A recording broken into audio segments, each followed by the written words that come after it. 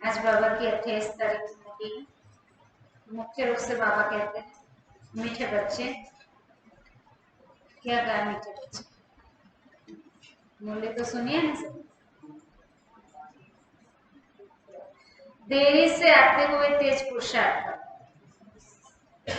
देरी से आते हुए भी तेज पुरुषार्थ करो तो बहुत आगे जा सकते, चांसेस है पूरे। दूसरों की चिंता छोड़, दुर्गा बहन, दूसरों की चिंता छोड़, अपने पुरुषार्थ में लग जा। प्रश्न, कौन सा कर्तव्य एक बाप का है जो कोई मनुष्य का नहीं हो सकता? कहते कोई मनुष्य नहीं कर सकता। उत्तर, मनुष्य से देवता बनना, उसे शांतिधाम सुखधाम का मालिक बनाना, यह कर्तव्य एक बाप का ही जो कोई मनुष्य नहीं कर सकता है। तुम्हें निश्चय है संगम पर ही हम भगवान वास सुनते हैं। अभी स्वयं भगवान कल्प पहले मुआफिक राज्यों सिखला रहे हैं। ओम शांति। रूहानी बेहद का बाप बेहद के रूहानी बच्चों प्रति समझाते, ये एक एक अक्षर व ज्ञान रत्न लाखों रुपयों का है। बाबा ने लाखों में भी नहीं मिलेगा, अगर लेने जाओ तो लाखों रुपए का भी मिल नहीं सकता है। बाबा ने समझाया है परमात्मा को रूप बसंत भी कहते हैं, उनका रूप भी है, नाम भी है। क्या नाम है? शिव बाबा। वह ज्ञान का सागर, जिस ज्ञान से सदगति होती है। ज्ञान संसार में बहुत सारे होते हैं लेकिन कोई ज्ञान से सदगति नहीं होती। बाबा जो ज्ञान देते हैं उससे सदगति होती है। ज्ञान धन भी है तो ज्ञान पढ़ाई भी है। यह ज्ञान देते हैं स्पिरिचुअल फादर, आत्माओं का बाप। आत्मा को कहा ही जाता है स्पिरिचुअल रूह। भक्ति मार्ग में आत्माएं कितना भटकती है बाप से मिलने के लिए, उनको ढूंढती है, समझते भी है भगवान एक शिव है, फिर भी धक्के खाते हैं। बाप आकर समझाते हैं कि रूहानी बच्चों, तुम तो अविनाशी हो, परम धाम के रहने वाले हो। बाप आकर समझाते हैं जहां से तुम भी आते हो और मैं भी आता हूं पाठ बजाने के लिए। तुम दूर देश के रहने वाले। यह ड्रामा है, इनका नाम है हार जीत का खेल। अब खेल है तो हार को भी एक्सेप्ट करना है। हार और जीत का खेल ही है।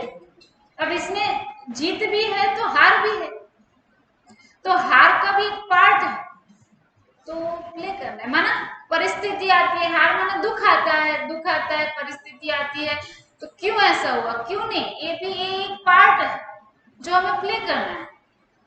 तो बाबा कहते हैं इसका हार जीत का खेल है, सुख दुख का खेल है। बाप समझाते हैं कि हम और तुम सब शांति धाम के रहने वाले, परम धाम, उसको निर्वाण धाम भी कहते हैं। पहले तो ये निश्चय करना चाहिए कि हम वहां के रहने वाले हैं।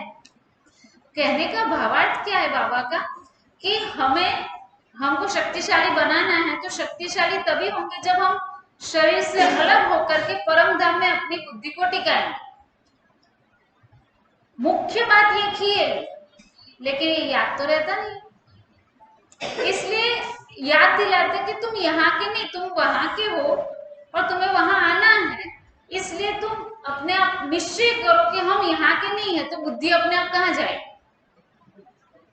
ऊपर जाएगी। एक घर को भूलने के लिए देखो, आज के बाद तुमको यहाँ नहीं आना है। माना कोई आप घर में कोई एक घर हो तो दूसरा, फिर बुद्धि में वो घर हट जाएगा, दूसरा घर याद आएगा। तो यहाँ से बुद्धि, बाबा कहते तुम यहाँ के हो ही नहीं, ये स्थूल वतन आपका है ही नहीं, तुम यहाँ के हो ही नहीं। अब ये बाबा ने बोल दिया तो फिर मैं कहाँ का हूं, तो मैं परम धाम, ये याद, मैं आत्मा हूं और मैं यहाँ की नहीं हूं, मैं परम धाम। तो अपने आप शरीर से अलग होकर हम परम धाम चले जाएंगे। तो पहले ये निश्चय करना चाहिए कि हम यहाँ के रहने वाले नहीं है, वहां के रहने वाले हैं। हम आत्मा का स्वधर्म है शांति, आत्मा बिंदी में सारा अविनाशी पाठ भरा हुआ है। बाप पढ़ाते भी तुमको, तुम दुनिया वाले मनुष्यों की चिंता करते। तुमको निश्चय है ना कि भगवान वाच होता ही है संगम पर अभी, फिर कब होता नहीं, फिर नहीं होगा। कोई भी मनुष्य को देवता नहीं बना सकता, शांतिधाम सुखधाम का मालिक नहीं बना सकता, कोई मनुष्य नहीं बना सकता। कल्प पहले भी बाबा ने ही बनाया था विश्व का मालिक। अब जो प्रेसिडेंट बना है तो बाबा क्या कहते हैं, 5000 वर्ष के बाद वही बनेगा प्रेसिडेंट। सारी दुनिया की जो भी सीन सीनरिया है 5000 वर्ष के बाद रिपीट होगी, है ना। इसलिए कुछ भी हो, कुछ भी हो, नथिंग न्यू, नथिंग न्यू, नया नहीं है, बना एक्सीडेंट हुआ, पूरी बस गिर गई, 5000 साल पहले भी गिरी, इस बार भी गिरी। हाँ, उस टाइम पे हमको जब खबर मिले, मैसेज मिले, तो अच्छा ठीक है, बाबा को याद करके योगदान दो, शांति का बल दो, जो भी हो वो करना है, ऐसा नहीं कि करना है, लेकिन आश्चर्यचकित नहीं, नथिंग न्यू, वो तो हुआ ही। तो सारी दुनिया की जो भी सिंसनियां है 5000 वर्ष के बाद रिपीट होगी। बुढ़िया इतना ज्ञान धारण तो कर नहीं सकती, याद तो नहीं कर सकती, तो उन्हों को कहा जाता है सिर्फ 3 बातें याद करो। कौन कौन सी? शांतिधाम, सुखधाम और दुखधाम। हम आत्मा शांतिधाम की रहने वाली थी, फिर सुखधाम में आते हैं, फिर आधा कल्प के बाद जब रावण राज्य शुरू होता है तो विकारी बन जाते हैं। इसको कहा ही जाता है दुखधाम। जब दुखधाम पूरा होता है तब बाप कहते हैं मुझे याद करो, मुझे आना पड़ता है तुमको शांतिधाम सुखधाम में ले जाने के लिए, आना पड़ता है तुमको शांतिधाम सुखधाम में ले जाने के लिए। अब जो आकर बाप के बने हैं वही तो बरसा पाएंगे। ये सूर्यवंशी चंद्रवंशी राजधानी स्थापन हो रही है, करोड़ों मनुष्य आकर कुछ न कुछ बाप से सुनेंगे और समझेंगे, आएंगे, सुनेंगे और समझेंगे, वृद्धि होती जाएगी, सब तरफ तुमको जाकर समझाना होगा। आज देखो कितना विस्तार है बाबा के घर का, सोचने की बात है, जब शुरुआत हुई तो कोई नहीं था। आप सोचो हर जगह पे, है ना, गुजरात में तो कोई जगह पे नहीं था, अहमदाबाद में फर्स्ट स्टार्ट हुआ, पूरे गुजरात में कोई सेंटर नहीं। आप सोचो, और आज के समय में एक एक गांव बाकी नहीं होगा बाबा का, आप सोचो तो कितना विस्तार हुआ है इसका मतलब। तो सब तरफ तुमको जाकर समझाना होगा। अखबार द्वारा भी बहुत सुनेंगे, अखबार, बाबा कहते हैं अखबार, अभी तो टीवी मोबाइल, आजकल कई ऐसे लोग हैं बाबा दुनिया में कि मोबाइल पे कंटिन्यू, माना ज्ञान में नहीं चलने वाले। बाबा के जो बच्चे होते हैं वो तो चलो अच्छा है, पूरा दिन क्लासेस वगैरह सुनते रहते, लेकिन ज्ञान में नहीं चलते। अभी एक ऑफिसर मिला था तो कहते हैं कि मैं दिन में 2 क्लास तो शिवानी बहन के सुनता ही रोज, क्योंकि उसके बिना, और नोट भी करता हूँ, शिवानी बहन का नोट भी करता हूँ, नोट करके फिर वो हो सके उतनी पॉइंट्स लिख के मैं ऑफिस में लेके भी जाता, वो भाई मिले थे तो देखो वो भी सुनते हैं, तो कितना मैसेज मिला है। आज घर घर में बाबा का संदेश तो पहुंचा ही है।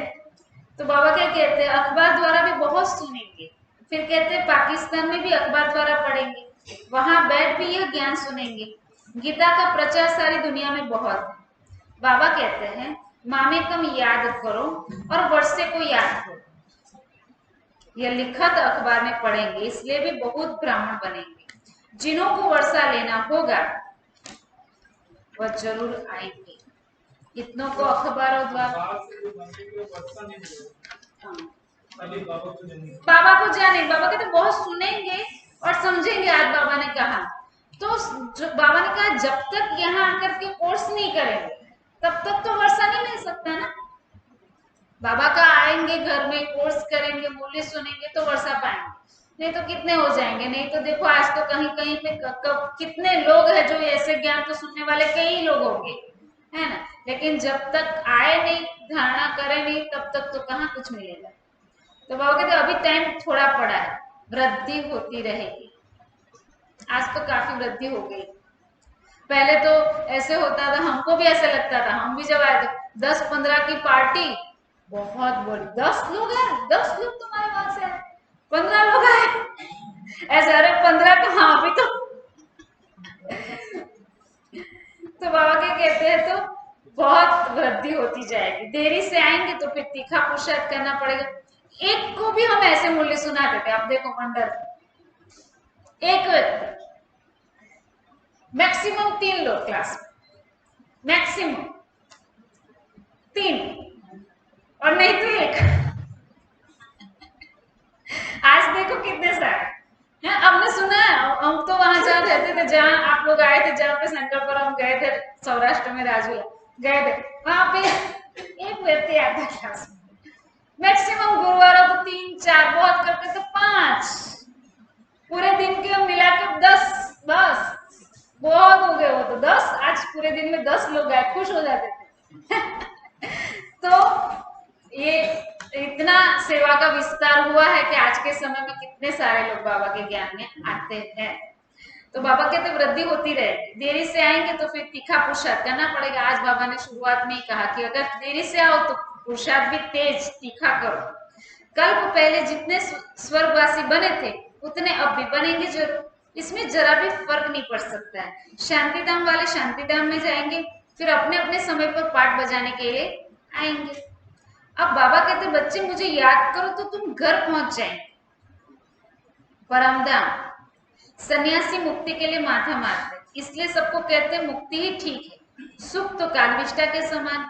शास्त्रों में लिख दिया है कि सतयुग में भी दुख की बातें थी, समझते कुछ भी नहीं, इसलिए कहां से सतयुग में जाने की इच्छा करेंगे। कहते सतयुग में भी दुख था, तो फिर क्यों भाई जाए सतयुग में, यहाँ ही ठीक है भाई। कहते हैं परमात्मा को आना है, पतित पावन परमात्मा आओ, आकर हमको रास्ता बताओ। दूसरी तरफ कहते हैं कि गंगा पतित पावनी है, गंगा स्नान, यज्ञ, तप, यात्रा करना, ये सब भक्ति से मिलने के, भगवान से मिलने के रास्ते हैं।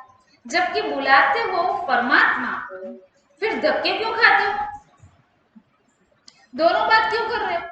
भगवान को आपने बुलाया है तो वो आएंगे, पति से पावन बनाने के लिए आएंगे तो पावन बनाएंगे। तो गंगा में स्नान करने क्यों जाते हो, और अगर गंगा में विश्वास है कि गंगा में स्नान करने से पति पावन बन जाएंगे, तो फिर भगवान को क्यों पुकारते। दोनों में से एक ही करो, लेकिन दोनों करते रहते हैं। जबकि बुलाते हो तो धक्का क्यों खाते हो। ये सब भक्ति मार्ग में निंदा हुआ है।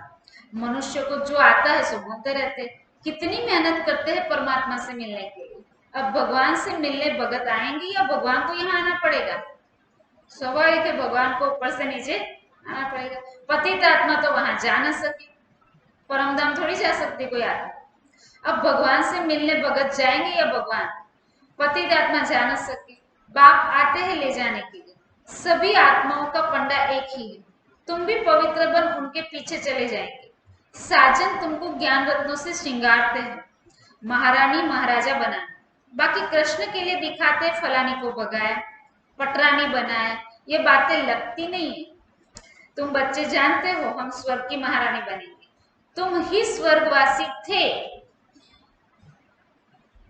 अब बाप फिर बनाने आए हैं। 84 जन्मों की बात है, 84 लाख जन्म तो कोई याद भी न कर सके। सत्युग को लाखों वर्ष दे दिए, त्रेता को कम दे दिए, ये तो हिसाब ही नहीं बनता। बाप कितना सहज कर बताते हैं कि सिर्फ 2 बातें याद करनी है, अल्फ और बे। तो तुम पवित्र भी बनेंगे, उड़ भी सकेंगे और उच्च पद भी पाएंगे। तो ये ओना रखना चाहिए कि कैसे भी करके बाप को याद करना है। ओना अंदर में लगा रहना चाहिए कि बस मैं कैसे टाइम निकाल के बाबा को याद। ये इस शरीर और मन को ऐसी आदत डालो शांति में बैठने की। हमारा स्वभाव क्या है कि कुछ न कुछ करूं, चलता नहीं, बैठे होंगे चलो आज इसको फोन करता हूं, ये बहुत दिन हो गए इसके साथ मैंने बात ही नहीं की, बैठे तो अब बैठे हैं तो वो संकल्प आता है कि मैं बाबा को याद करूं। बाबा को कुछ आज का समाचार सुना दो, यहाँ गया था वो बता दो, वो सब बातें याद नहीं आती। फ्री हुए, फलाने व्यक्ति याद आएगा, फलाना व्यक्ति याद आएगा, फलाना याद आएगा, या फिर कुछ काम करने की इच्छा होगी। तो कुछ ना कुछ कर्म करते रहने की इच्छा होती है, वो स्वभाव है चलो आत्मा का कुछ न कुछ करने का, लेकिन कुछ करने में योग भी तो करने का ही काम है ना, वो करो ना। लेकिन वो मुश्किल लगता है, वो काम मुश्किल लगता है, इसलिए करते नहीं। या फिर आदत नहीं डालो, आदत डालो। अब तो समझ मिल गई, समझ तो मिल गई ना कि योग में ही सब कुछ समा है, योग किए बिना कुछ होने वाला है ही नहीं,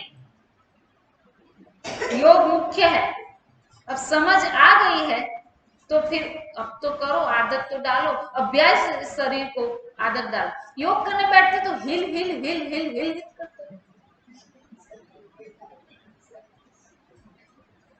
आदत डालो। चलो हम नहीं के ज्यादा नहीं, लेकिन कम से कम सोचो। हाँ हाँ, फिर देखो बस बैठेंगे और चलो आप बैठो तो आपको तकलीफ होती है तो आप ऐसे करो ऐसे करो, कोई बात नहीं, लेकिन क्या करते पता है? अरे इसको क्यों हिलाते हो, इसको हाँ, बाबा को देखो, ऊपर देखो, नीचे देखो, ऊपर ब्रह्मा बाबा को, शिव बाबा को, ऐसे देखो तो चलेगा, ये तो ऊपर नीचे नहीं। ये क्यों? थोड़ा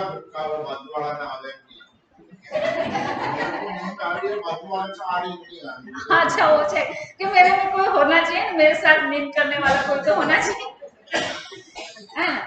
मालूम ही ना पड़े, ऐसा योग हो हमारा कि हमको देख उसको इच्छा हो जाए कि हम भी अच्छा सा योग लगा। ये तो कोई लगा, अच्छा हम दृष्टि देते, वंडरफुल, देखने की बात है, हम दृष्टि देते हैं, योग का दृष्टि देते हैं। अच्छा जिसको हम दृष्टि देते हैं ना, तो लोग मेरे सामने दिखते, मेरे दृष्टि लेते होंगे ना सब, तो हम जिसको दृष्टि देते अब वो ले रहा है कि नहीं ले रहा? अरे भाई तुमको क्यों जरूरत है देखने की, मेरे को तो सबको देना है दृष्टि। अब मैं किसी को दृष्टि दे रही हूँ लगे तो वो व्यक्ति को लगे बहन जी इसको दृष्टि दे रही है, ये देख रहा है, वो दृष्टि ले रहा है कि नहीं? तो लेकिन तुमको क्या है, क्यों क्यों? तो ये सब ने ये इसका ये सब देख के मालूम पड़ रहा है कि आपने अभ्यास नहीं डाला। भले योग योग योग लिखते हो, चार्ट लिखते, दूसरों का, आज बाबा ने क्या कहा, दूसरों की चिंता छोड़ो, आज शुरुआत में ही बोल दिया, समझ में आया?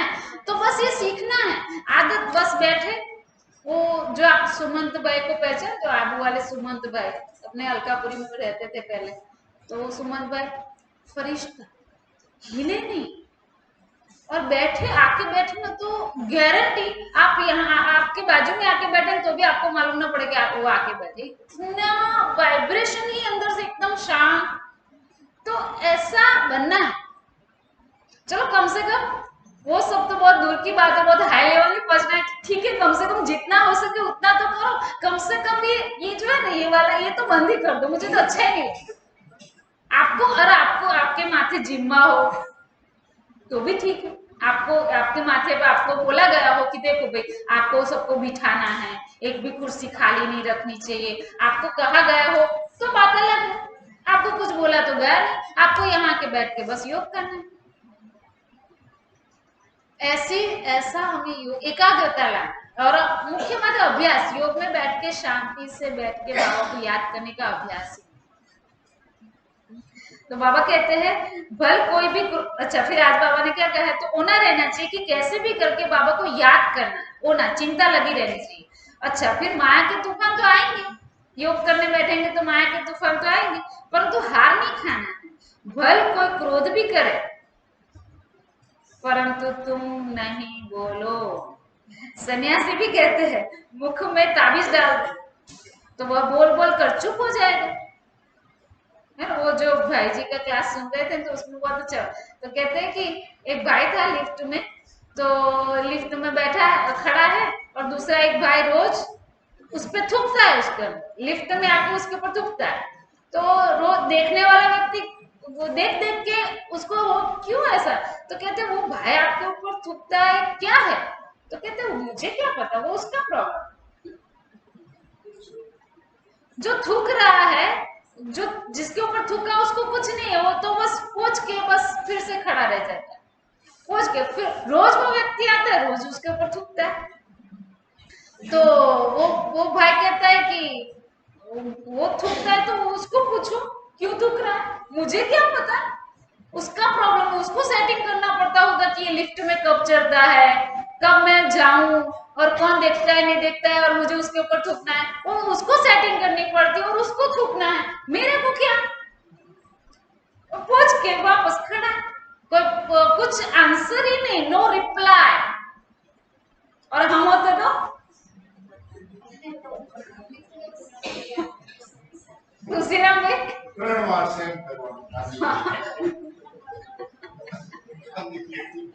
आज हम छाणी क्लास करने गए थे ना, तो वहां पे एक माता बोलती बहन मैं तो बहन थप्पड़ मार दो। तो ऐसा तो कहने का मतलब, चलो इतना तो होता नहीं हमारे साथ, लेकिन फिर भी हम कितना करते हैं सहनशीलता। बाबा ने कहा सहनशीलता का गुण होना चाहिए, स्लोगन में कहा है।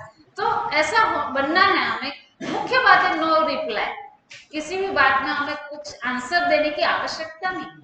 तो बोलता है तो उसकी मर्जी थी, उसको गाली देनी थी तो बोल दी, आप नहीं शुक्र। तो बाबा कहते कोई क्रोध करे तो क्या करो, क्या करो, तुम नहीं बोलो कुछ भी। सन्यासी भी कहते मुख में ताबीज डाल दो, तो वो बोल बोल करके चुप हो जाएगा, कब कितना बोलेगा, फिर वो चुप हो जाएगा। बाबा भी कहते कोई क्रोध से बोले तो तुम शांत होकर देखते रहो। कोई भी हालत में तुम्हें शिव बाबा को याद करना है, बस बाबा की याद से वर्षा भी याद आएगा। तुम्हारे अतीन्द्रिय सुख का गायन है कि हम 21 जन्म के लिए स्वर्ग के परिजादे बनेंगे, वहां दुख का नाम नहीं होगा।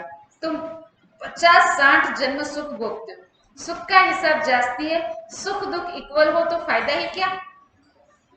तुम्हारे पास धन भी बहुत होता है, कुछ समय पहले यहाँ भी बहुत सस्ता अनाज था, राजाओं की बड़ी राजाई थी, बाबा ने 10 आने मण बाजरी बेची है,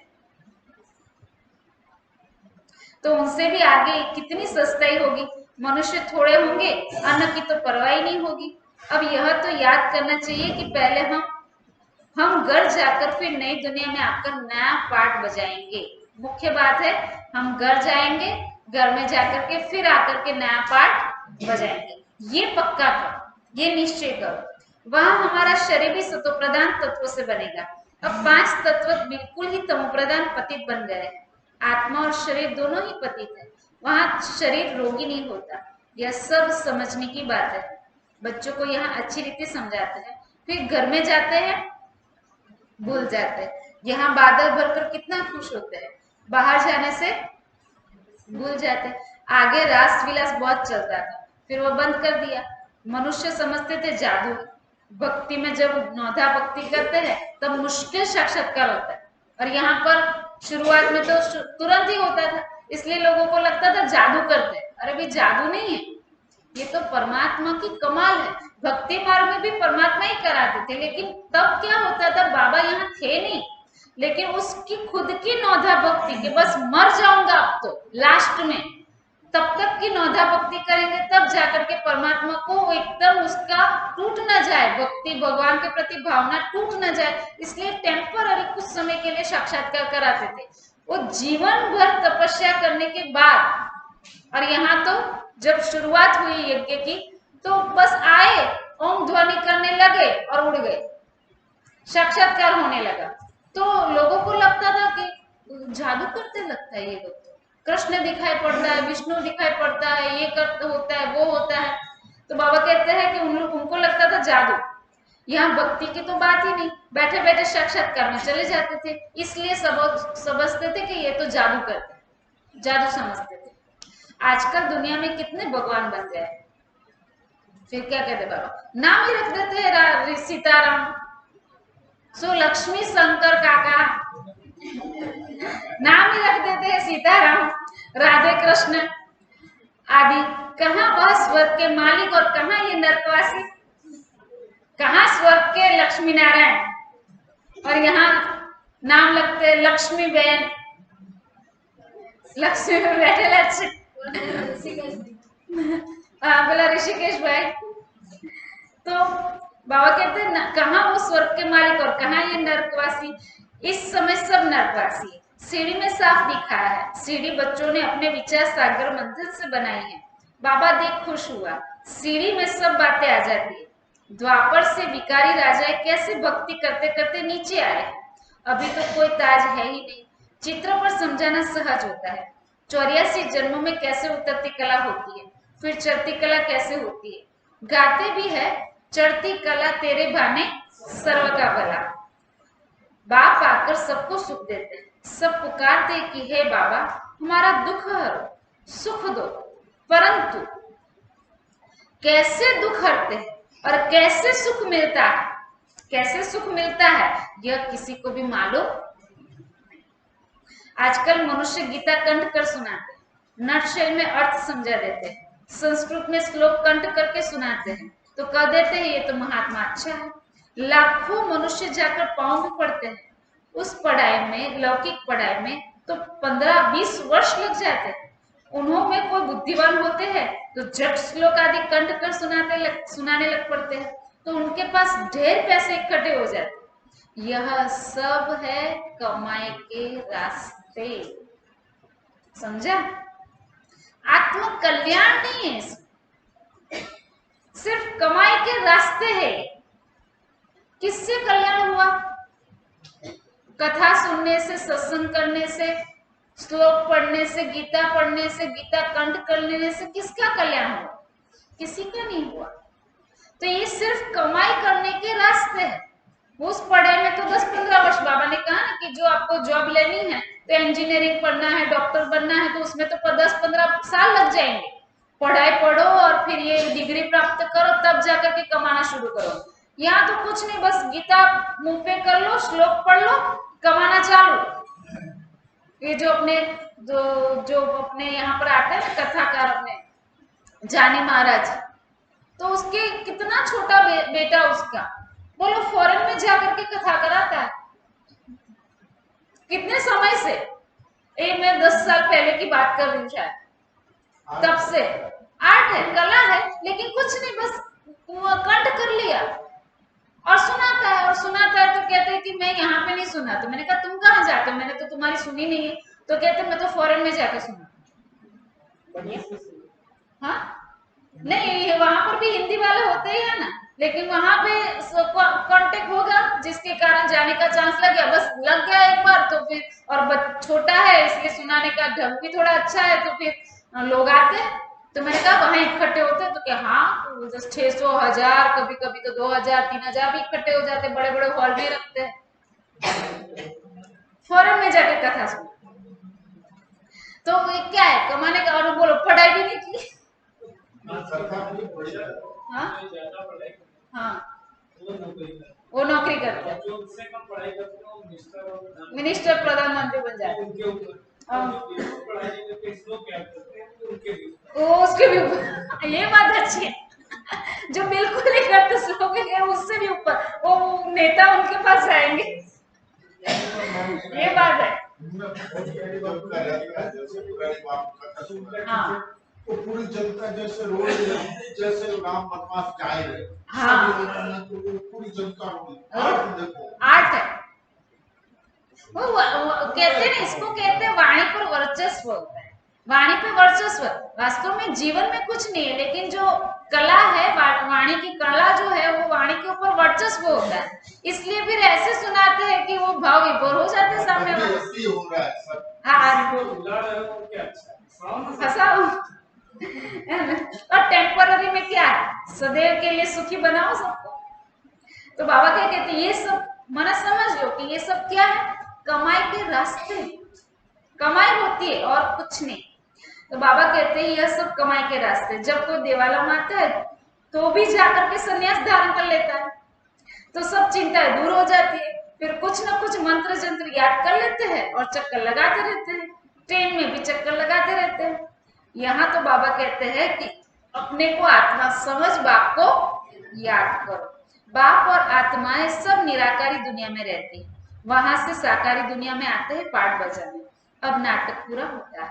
तुम तमो प्रधान होने के कारण वापस जा नहीं सकते हो। अब बाबा आया है तुमको सतो प्रधान बनाने, सभी अपने घर जाएंगे, बाकी स्वर्ग में सिर्फ तुम देवी देवताओं का राज्य होगा। शांतिधाम, सुखधाम और दुखधाम कब कब था ये किसी की भी बुद्धि में नहीं आएगा। क्यों नहीं आएगा? क्योंकि घोर अंधियारा है। समझते कलयुग का अंत अर्जुन इतने हजार वर्षों के बाद होगा, कोई हिसाब ही नहीं है। मनुष्य बढ़ते जाते हैं, अन्न तो मिलता नहीं है।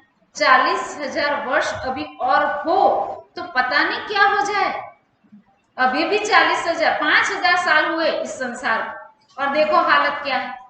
और अभी 40,000 साल चले तो क्या हो जाए पता नहीं। जो बोलते हैं वह सब बिल्कुल ही झूठ। बाबा कहते ये जो कहने वाले हैं ना वो सब झूठ है, सच की तो रत्ती भी नहीं। अब बाप समझती खिलाते हैं रावण पर कैसे विजय पानी।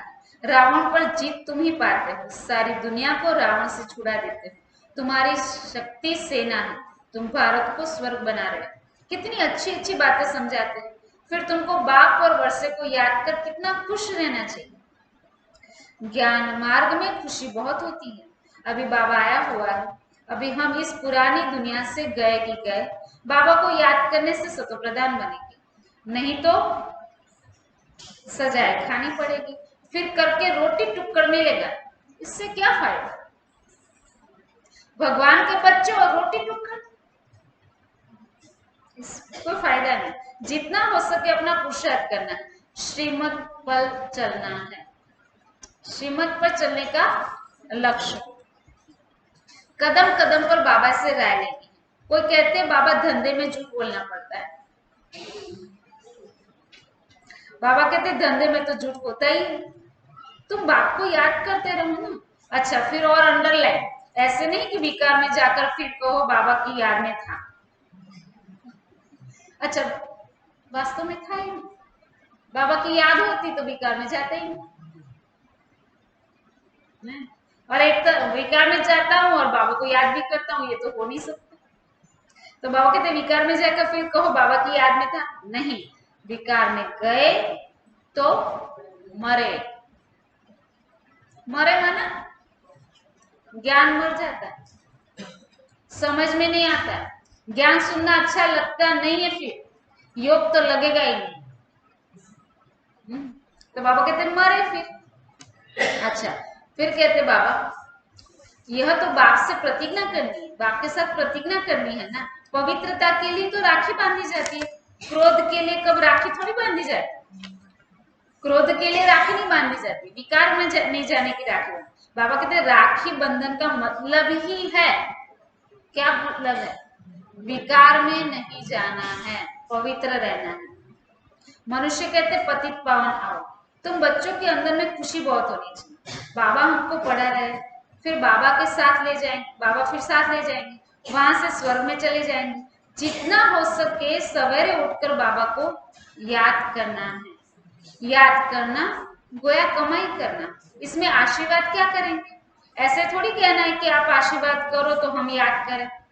सब पर आशीर्वाद कर तो फिर सब स्वर्ग में चले जाए, माना हमें खुद मेहनत करनी। कोई क्या कहते बाबा मेरा योग नहीं लगता है, आप कुछ करो ना। बाबा क्या कर, बाबा क्या कर, कैसे योग करना सिखा दिया।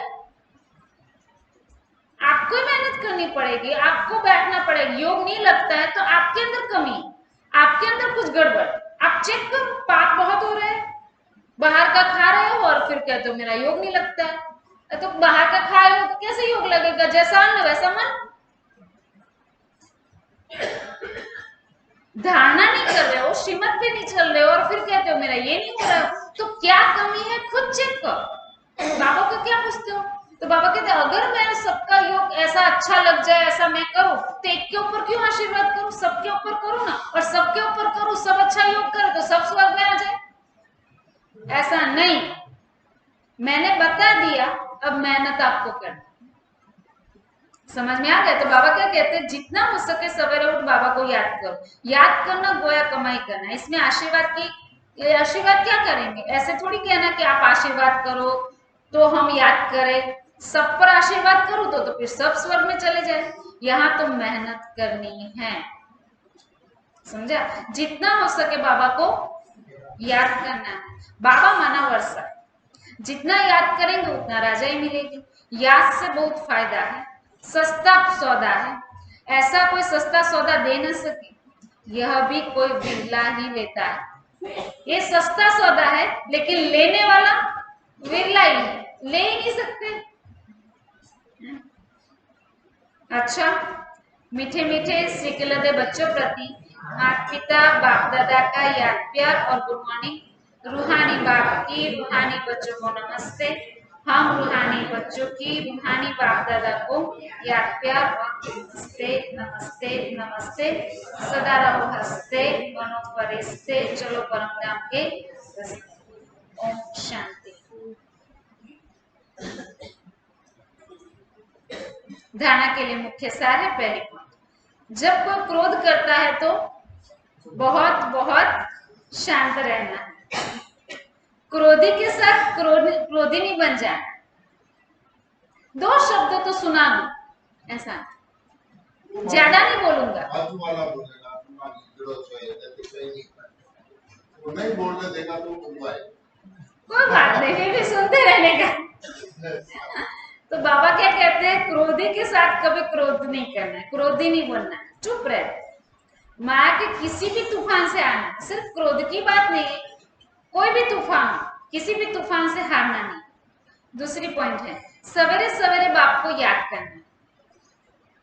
हो सके उतना हमारा अमृत वेला कभी भी मिस नहीं होना चाहिए। अपनी कमाई जमा करनी है। देखना आप लोगों का तो, हमारा तो ठीक है फिर भी हम सेंटर पर रहते हैं, लेकिन आप लोगों का तो मैक्सिमम देखना कि सुबह अगर अमृत वेला मिस हो गया तो पूरा दिन मैक्सिमम याद नहीं कर सकते। पता नहीं पूरा दिन कुछ ना कुछ ठीक है नुमाशाम करते हैं, लेकिन अमृत वेला किया तो देखो दिन भी अच्छा जाएगा, पूरे दिन में बाबा की याद भी रहे। इसलिए किसी को भी हो सके उतना किसी को भी अमृत वेला मिस करना ही नहीं, सेट करना है। अमृत वेला होना ही चाहिए, हाँ ऐसा होना चाहिए कि लेट भी नहीं, एक्यूरेट टाइम। तो बाबा कहते हैं सवेरे सवेरे बाबा को याद करना है, अपनी कमाई जमा करनी है, पवित्रता की पक्की राखी बांधनी है। वरदान है, हर कर्म करते हुए कमल आसन पर विराजमान रहने वाले सहज व निरंतर योगी भव। विस्तार है, बहुत अच्छा बाबा ने आज समझाया है, बहुत बड़ी बात है। निरंतर योग युक्त रहने के लिए क्या करो, कमल पुष्प के आसन पर विराजमान रहना है, विराजमान रहो। लेकिन अब देखो बाबा क्या समझाते हैं, कमल आसन पर वही स्थित रह सकता है जो लाइट हो। कमल आसन पर वही व्यक्ति स्थित हो सकता है कि वो जो लाइट हो, हल्का हो, हल्का हो, किसी भी प्रकार का बोझ ना हो, किसी भी प्रकार का बोझ ना हो, अर्थात बंधन ना हो। कौन कौन से? फिर पहला, मन के संकल्पों का बोझ। वो एक माता सुना रही थी, हमको सब दुख की बातें अपनी जो भी है वो हमको सुनाई, तो हमने कहा बाबा को सुना दो, तो बाबा को सुना दो। तो योग में बैठे तो पता नहीं क्या बाबा बहन में तो पता नहीं कहाँ चली गई, और पता नहीं वो याद आ गया, वो याद आ गया, मैं तो कुछ कह ही नहीं पाई, बाबा के सामने कुछ नहीं बोल पाई, माना सूक्ष्म वतन में जा ही नहीं पाई, तो मैं कहाँ से बाबा से बात करूं। और पता नहीं कुछ याद आ गया, वो बातें आ गई, वो याद आ गया, वो याद आ गया, बस योग पूरा हो गया और चली गई घर पे। बहन जी बस मैंने आपको सुना दिया, बहुत हो गया। अरे मेरे को नहीं सुनाना है, बाबा को सुनाना है। तो ऐसा होता है, कहने का मतलब आप चाहो उस अनुसार आपका मन चलता नहीं, लेकिन चलाने की कोशिश करो। तो इसको कहते हैं माना मन के संकल्पों का बोझ। कोई ना कोई संकल्पों में मन बिजी रहता है, तो मन के संकल्पों का बोझ, संस्कारों का बोझ, दुनिया की विनाशी चीजों की आकर्षण का बोझ। कोई भी आकर्षण होती है ना तो खींचता रहता है। अब एक जूता देखा, अच्छा लग गया, जब तक लाएंगे नहीं तब तक चैन नहीं पड़ेगा। जैसे कि मन वहां खींचा हुआ रहता है, खींचा हुआ रहता है, वो वाला, ये वाला नहीं, वो वाला जूता लाना, वो जो देखा था ना एकदम अच्छा है ना, बस मन में वो घुसा हो, और बस वो बोझ ही। आकर्षण माना क्या, आकर्षण होते हैं तो बस जैसे यहाँ जब तक वो चीज लाओ नहीं तब तक ऐसे जैसे अच्छा ही नहीं लगेगा, है ना। तो आकर्षण का बोझ, लौकिक संबंधियों की ममता का बोझ। जाना नहीं है पिक्चर देखने, लेकिन वो मेरे खास है ना, एकदम खास फ्रेंड है, उसने कहा है अब नहीं जाऊंगी तो बुरा लगेगा। और हमारा तो कितना 20 साल का संबंध है, इतने हम पक्के हैं फ्रेंड।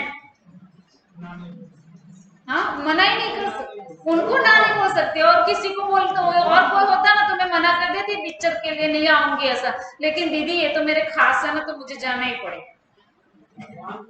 भगवान को ना बोल सकते, मुरली के लिए ना बोल सकते, लेकिन मेरे फ्रेंड को मैं ना।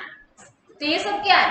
ममता का, लौकिक संबंधी ये जो कहां कहां जुड़े हुए हैं ना हम, उसका बोझ, ममता का बोझ है ना। जब यह सब बोझ खत्म हो तब हल्के हो, और तब हल्के हो तब जाकर के कमल आसन पर विराजमान होकर के निरंतर योगी बन सकते हैं। स्लोगन क्या था? सहनशीलता का गुण धारण कर लो तो असत्यता का सहारा नहीं। असत्य तभी बोलते हैं जब सहन करने की ताकत नहीं, कि अब मेरे को क्या बोल देंगे पता नहीं, मेरे को बहुत डर लगता है, लेकिन जो बोलेंगे मैं तो सत्य ही बोलूंगी, सहन कर लूंगी। तो सहन करने की शक्ति को बढ़ाओ, तो झूठ कभी नहीं बोलना। अच्छा, ओम शांति।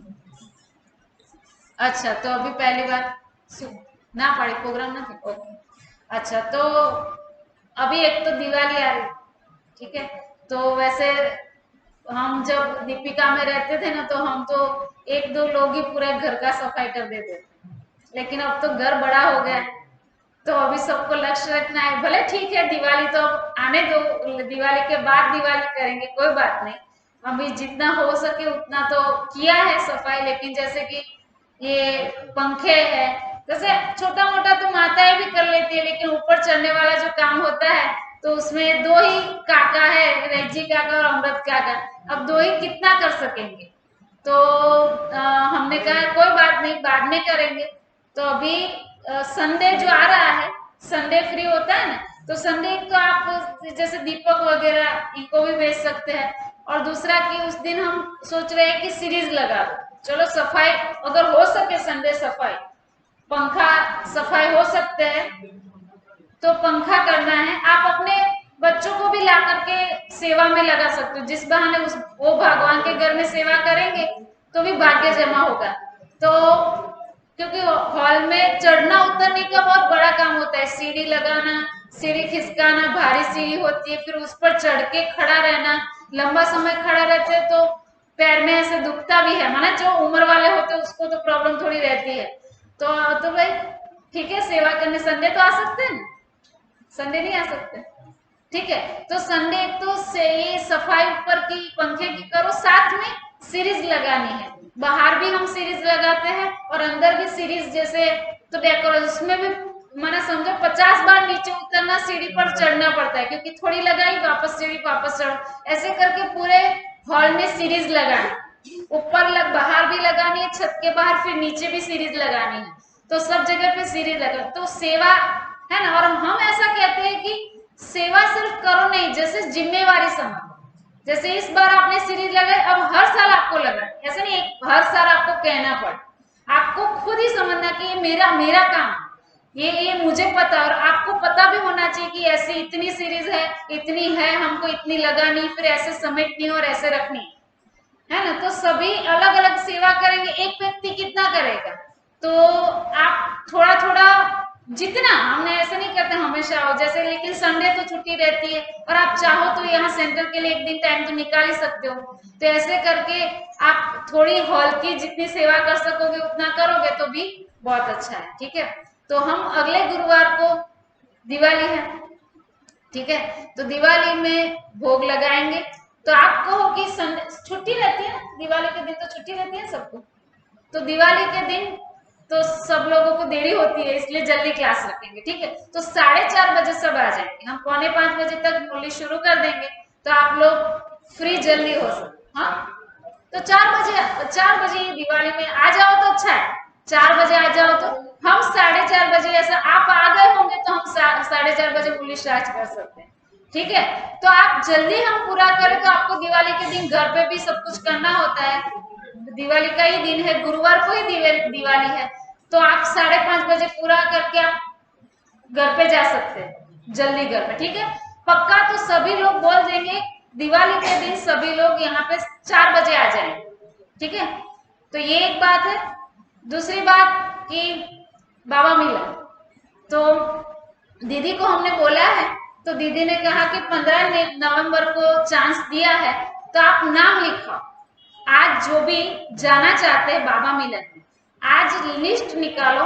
अगर बहुत ज्यादा लिस्ट हो जाएगी तो हम थोड़ा शॉर्ट आउट करेंगे, क्योंकि संख्या, अगर चांस मिल गया तो सबको भी भेज सकते हैं। इसलिए जो भी जाना चाहते हैं बाबा मिलन में, हम पहले रेफरेंस देंगे कि जो 15 अभी 15 में, अभी 31 वाले में तो सिर्फ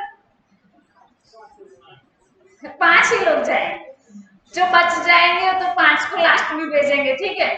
लेकिन अभी वाले में 100 की संख्या मिली है, 100 लोगों को भेजो बड़ौदा से, अलकापुरी जोन में से 100, लेकिन 100 में भी कितने सारे सेंटर है, तो फिर भी चलो समझो कि चांस मिल जाए यहाँ दीदी से आबू बुक बात करे तो शायद संख्या बढ़ सकती है। तो मैंने दीदी को बोला फिर भी आप हमको संख्या दो, तो दीदी ने बोला कि तुम संख्या नहीं मांगो, तुम लिस्ट लेके आओ। तो शायद आबू बात करे कि हमारे इतने लोग होते, 100 नहीं थोड़े बढ़ रहे हैं, अगर हाँ बोल दे तो सबको भी भेज सकते हैं। इसलिए आज आप लोग नाम लिखाओ जो बाबा मिलन में जाने वाले, और उसमें आप फर्स्ट टाइम जा रहे हो अगर बाबा मिलन में, तो वो क्लिक करवाना कि मैं फर्स्ट टाइम जा रहा हूं, तो मैं उसको, वो निशा बहन को नाम लिखाना है सबको। निशा बहन को तो सब जानते हैं ना, निशा बहन को जानते हैं सभी, ठीक है। तो निशा बहन को तो निशा बहन को सभी नाम लिखाएंगे, तो वो लिस्ट में लेकर के आज जाऊंगी अलकापुरी। तो फिर 2-3 दिन के अंदर, कल ही हम सब फोन करके पूछ लेंगे, हम आपको फिर फोन कर देंगे, तो फिर आप लोगों का हम रजिस्ट्रेशन आबू करवा सकते हैं, ठीक है। तो इस बार फिर बाद वाले में तो 5 पांडव ही जा सके, ठीक है, ठीक है। अच्छा ओम शांति। और समझ लो कि आपको लगता है कि मैं पक्की जाने वाली हूँ दाना ही, तो तभी नाम लिखाने का, मुझे फिर पूछना नहीं पड़े कि आप दाना में चलते हो या नहीं चलते हो, क्या है कैसा नहीं, आपको खुद ही, हाँ हाँ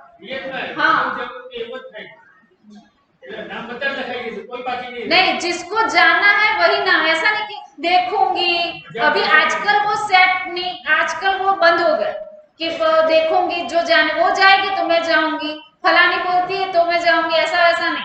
आपको खुद जाना है, पक्का है तभी नाम लिखाओ, नहीं पक्का है तो नाम ही नहीं लिखना, क्योंकि आपके बदले फिर दूसरों को सीट मिले, नहीं तो दूसरे को भी चांस नहीं मिलता, ठीक है। तो ठीक है। और दूसरा कि आप जाएंगे तो स्वाभाविक है उसका सहयोग तो होता ही है, तो सभी वो सहयोग भी देंगे, और नहीं जाने वाले भी सहयोग देंगे, क्योंकि जाओ ना जाओ आबू में जो हर साल एक बार हम जो देते हैं वो सहयोग तो करना ही है। तो सभी लोग जो भी दे सके उतना 2000 तो देना ही है। गिफ्ट का अलग से आपको जो 2000 देना है, उसके ऊपर गिफ्ट का 500, 1000, 2000 जो भी आपको उसके ऊपर देना हो वो अलग, 200 के अलावा, 2000 के अलावा, ठीक है। तो सभी लोग उस अनुसार से सहयोग भी करेंगे। अच्छा ओम शांति। तो अभी सभी लोग खुद आकर के बाबा के घर की सेवा करेंगे, ठीक है, दिवाली की और सजावट। अच्छा ओम शांति।